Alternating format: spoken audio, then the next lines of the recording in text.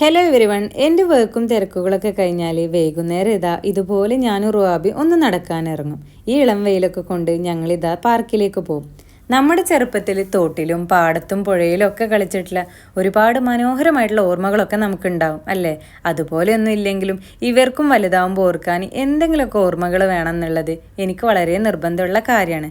അതുകൊണ്ട് തന്നെ എത്ര തിരക്കാണെങ്കിലും കുറച്ച് സമയം ഞാൻ അവളെ ഇങ്ങോട്ട് കൊണ്ടുവരാറുണ്ട്.